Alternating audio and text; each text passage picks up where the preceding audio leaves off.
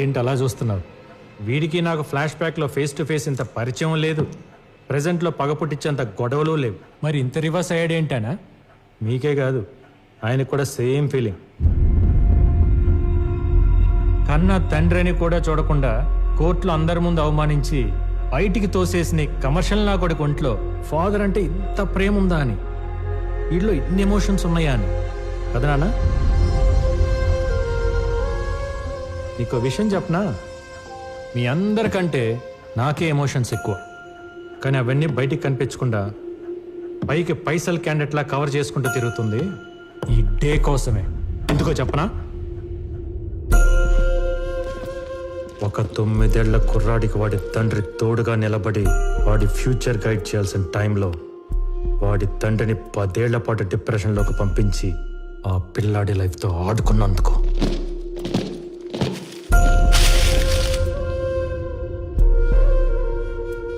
ఈ ప్రపంచానికి జడ్జి అయినా ఇంటికి రాగానే చిన్న పిల్లల్లా నవ్వుతూ ఆడుకునే నాన్న ఫేస్లో నవ్వు తీసేసి నాకు నరకం మిగిల్చినందుకు.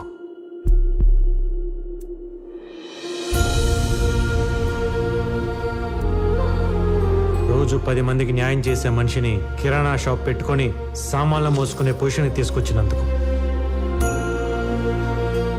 ఎక్కడికి వెళ్ళా జడ్జి గారి భారీగా గౌరవించే మా అమ్మని అమూల్య చనిపోయింది మీ ఆయన వల్లనే అంట కదా అని అడిగే ప్రశ్నలకి సమాధానం చెప్పలేక నలుగురిలో అవమానపడిన అమ్మ ఏడుపుకి కారణమైనందుకు.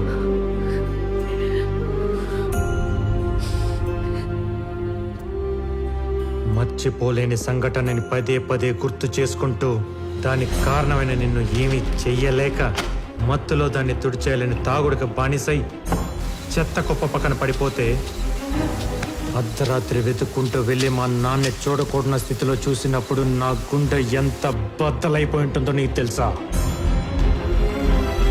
ఇప్పుడు హ్యాపీగా ఉండే నా ఫ్యామిలీకి సైలెన్స్ మిగిల్చి నా కుటుంబాన్ని అవమాన పాలు చేసిన నిన్ను ఏమి చెయ్యలేక నాలో నేను ఏడ్చి ఏడ్చి దొరికిన గోడల మీద బొమ్మలు గీసి నిన్ను చంపేవాడిని.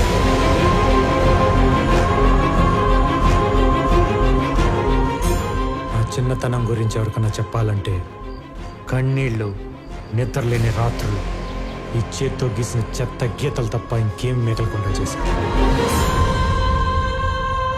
స్వీట్ మెమరీగా ఉండాల్సిన నా చైల్డ్హుడ్ని ఒక పెయిన్ఫుల్ ప్యాథటిక్ స్టోరీగా మార్చేశావు.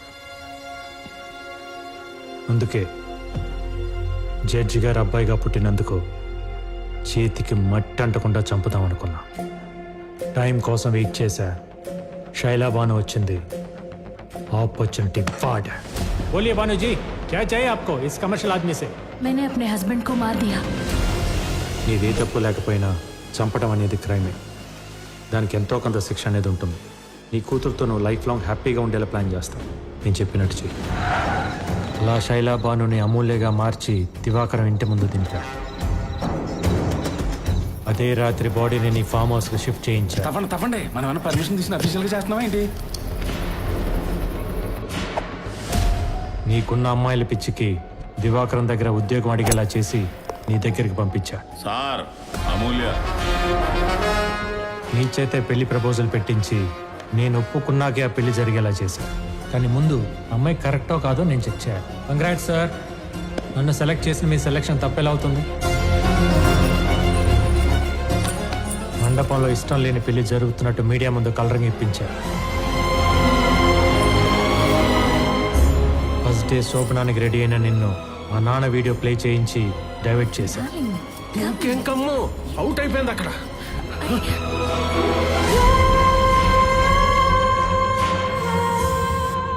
నువ్వు అనుకున్నది యాజ్ ఇట్ ఈజ్ గా జరుగుతుంది. 2 minutes లో లైవ్ టెలికాస్ట్. నీ ప్రమాణ స్వీకారాన్ని నీ పతనానికి ముహూర్తంగా పెట్టి ప్రపంచానికి నిన్ను ఒక హంతకులా పరిచయం చేసి నిన్ను పూర్తిగా కార్నర్ చేశా.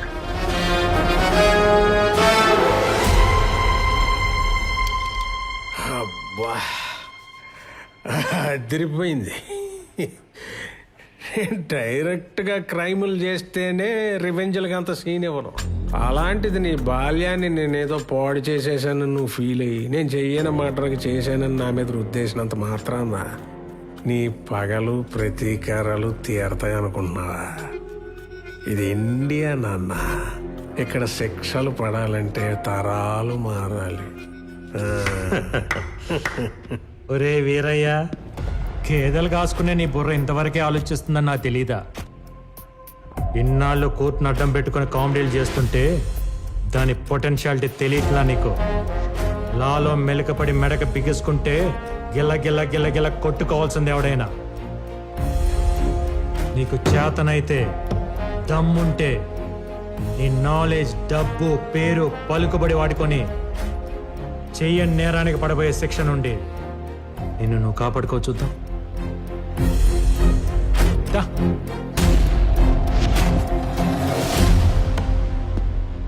బాగుంది కదా, రెగ్యులర్ రివెంజ్ ఫార్మాట్లో కొత్త లీగల్ పాయింట్.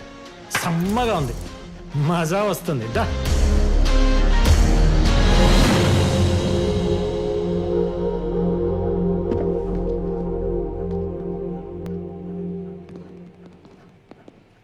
సార్, కొత్త లాయరం వచ్చింది, బెయిల్ కూడా తెచ్చింది.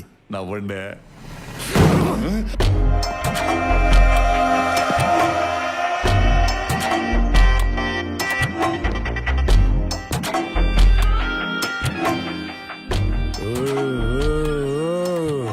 ఏందా సౌండ్? మడిసి అన్నాక కుసింత కళాపోసన ఉండాలని డాడీ అంటుండేవారు. లేకపోతే మడిసికి గుడ్డికి తేడా ఎటు ఉంటుందని. ఆయన అన్న ఆ మాటను పట్టుకుని కనపడిన దాన్నల్లా కళాపోషణ చేసి చేసి చివరికి ఒక ఆవిడ పెట్టిన కేసులో ఇరుక్కుని లాయర్ని కలవడానికి వచ్చినాం. ఇప్పుడు ఆవిడనే గెలిగితే ఇలా కూడా మిగలవు సామే. లాయరా?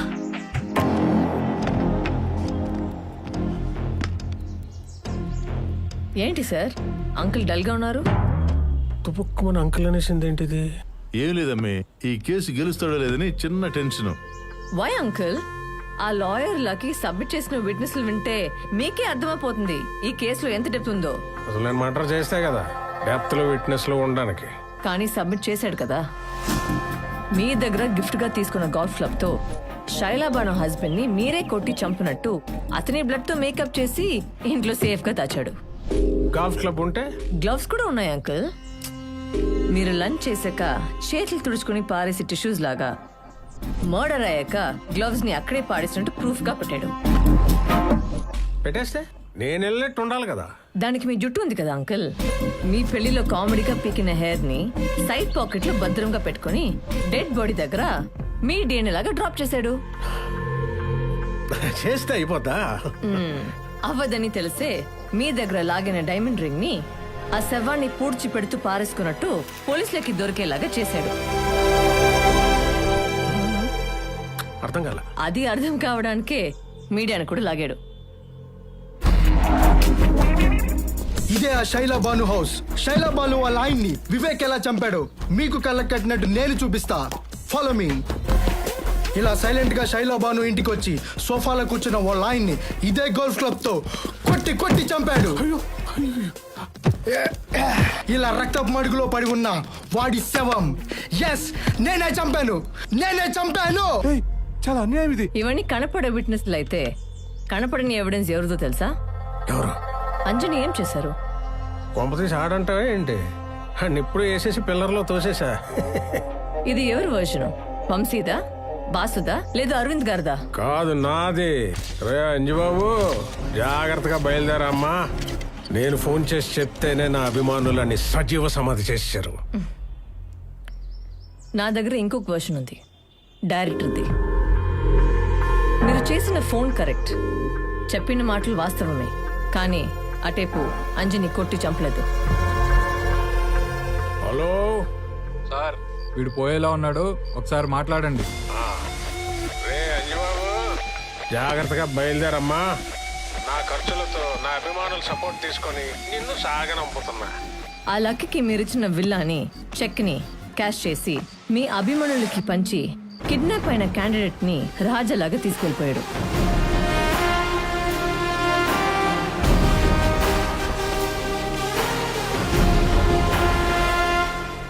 మీ దగ్గర నేర్చుకున్న కమర్షియల్ సిద్ధాంతాన్ని మీ దగ్గరే అప్లై చేసి తను గ్యాదర్ చేసిన మొత్తం విట్నెస్లతో సహా అంజని తీసుకెళ్లి చీఫ్ జస్టిస్ దగ్గర కూర్చోపెట్టాడు.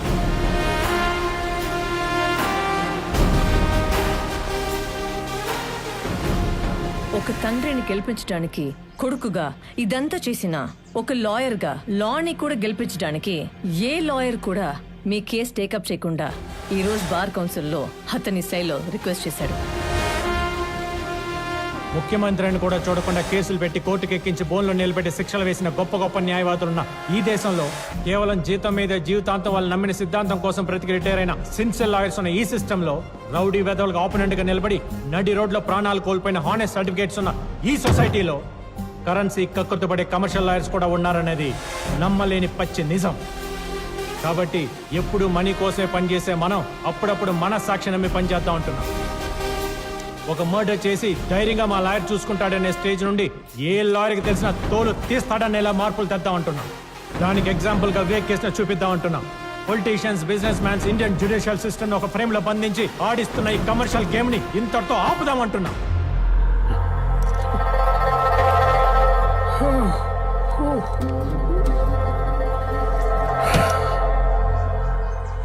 అయితే ఇప్పుడు నా వైపు నేను కూడా రాను అంకుల్. ఎందుకంటే మీరు వస్తూనే వంకరగా చూసిన చూపులకి నా వీపు హట్ అయింది. నేను చూసింది వీపు కాదులేమ్మా, ఏదో కారణం చెప్పి మొత్తానికి అందరూ కలిసి నన్ను ఊరికింప ఎక్కించేద్దాం చూస్తున్నారు నేను చెయ్యని తప్పుకి. కాదు, చేసిన పాపానికి 25 ఏళ్ల క్రితం వాళ్ళ నాన్న వేయాల్సిన 6 నెలల జైలు శిక్ష అవన్నీ కలిపి క్యాల్కులేట్ చేసి ఇంట్రెస్ట్తో పాటు ఇప్పుడు ఊరిగా మారింది. ఒక ఆడపిల్ల ఉసురు తగిలితే ఎంతటి మొగ్గడైనా మట్టిలో కలిసిపోల్సిందే అని కాలం ఎంచుకున్న కథ ఇది.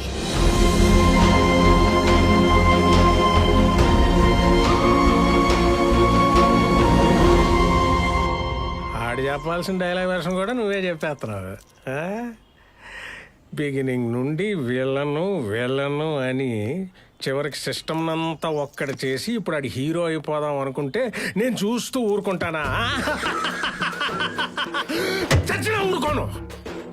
బయటకు వచ్చిన ఆడియన్స్ నా పేరు మాత్రమే చెప్పుకోవాలి. గ్రేట్ ఆంధ్ర, తెలుగు 360, తుపాకి, తెలుగు 1 2 3, మిర్చి 9, ఐడిల్ బ్రెయిన్ అందరూ నా గురించి రివ్యూస్ రాసేలా చేస్తా. అంకుల్ అంకుల్ అంకుల్ అంకుల్ ఏదో ఒకసారి మావయ్య అన్నమ్మా. మావయ్య చాలు ఊరుకంబ ఎక్కేస్తాను.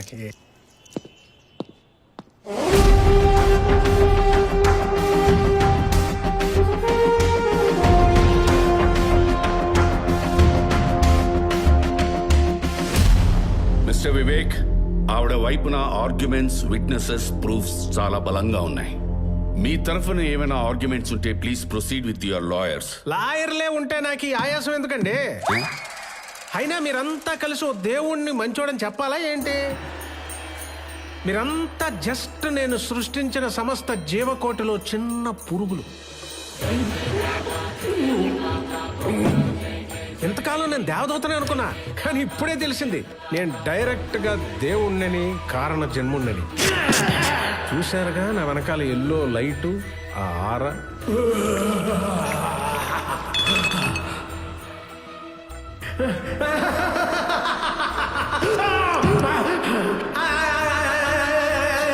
పాపం బాగా పేరుకుపోయినప్పుడు నేచర్ ఆ చెత్తనా కొడుకు చైనా వాడి సహాయంతో కరోనా వైరస్ సృష్టించి ఈ భూమి మీద పేరుకుపోయిన చెత్త పొల్యూషన్ ని కొంత శాతం తగ్గించినట్టు నేను ఈ న్యాయ వ్యవస్థలో పేరుకుపోయిన కమర్షియల్ అనే వైరస్ ని నా వంతు తగ్గించడానికి ఈ పక్కా కమర్షియల్ లాయర్ లక్కీని సెలెక్ట్ చేసుకుని ప్రక్షాళన చేశాను. ఈ భూమి మీద నా అవతారాన్ని చాలించాల్సిన సమయం ఆసన్నమైంది. ఇక మీరు లేట్ చేయకుండా ఊరోగిరో వేసేసి నన్ను ఈ మానవ జన్మ నుంచి విముక్తి చేసేయండి. సాక్ష్యాధారాలన్నీ పరిశీలించిన తర్వాత అయ్యా శుభలాక్ సుధాకర్ గారు, మీరు ఆ తీర్పు చదివి ఈ దేవుడికి శిక్ష వేసి పాపాన్ని మూటగట్టుకోకండి. నా ప్రాణాలు తీసే పత్రాన్ని నేనే చదువుకుంటా, దాంతో పరిసమాప్తం. కానివ్వండి. సర్వే జన సుఖినో భవంతు. నేనొక్కనే తప్ప.